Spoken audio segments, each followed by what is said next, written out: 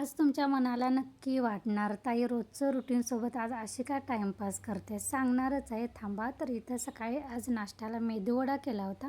नवरोबाला काय सकाळी 7, 7:15लाच दिला. त्यानंतर माझं आवरल्यानंतर इथं आता मी नाश्ता करायला बसलेले आहे. बरोबर 9:05 झालेले आहेत. इथं मी काल कणी सामनाचा बेस मागवला होता आणि कालपासून नवरा आणि पोरं लागलेत की ते उघडून दाखव. म्हणजे कसं मी पहिल्यांदाच आम्ही बेस मागवल्यामुळं तर कसं आहे हे बघायचं होतं.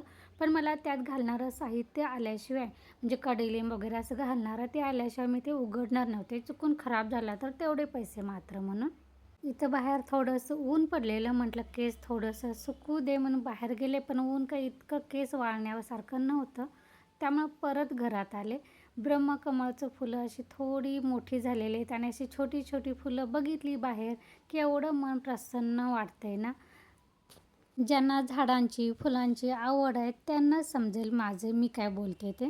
तर इथे हे शोचं झाड आईने गावाकडून आणलं होतं. ते कुंडीत एक लावलं, त्यानंतर ते नळात त्यांनीच लावलेलं आहे. तर चला तर आपल्या मेन विषयाला सुरुवात करा. तर मी काय सांगत होते, आजचं रुटीनसोबत टाईमपास फक्त का चालला आहे, कारण माझी सगळी कामं आवरलेली आहेत. पटणार नाही ना. हे बघा, मेदूवडा, चटणी, फ्लावरची भाजी, चपाती, मोडाची आमटी, ही रात्रीची पाथरीची भाजी शिल्लक होती ती. हे सगळं आवरल्यामुळं मी तुम्हाला काहीच दाखवू शकत नव्हते. किराणा भरायचा बाकी आहे. चलो बाय.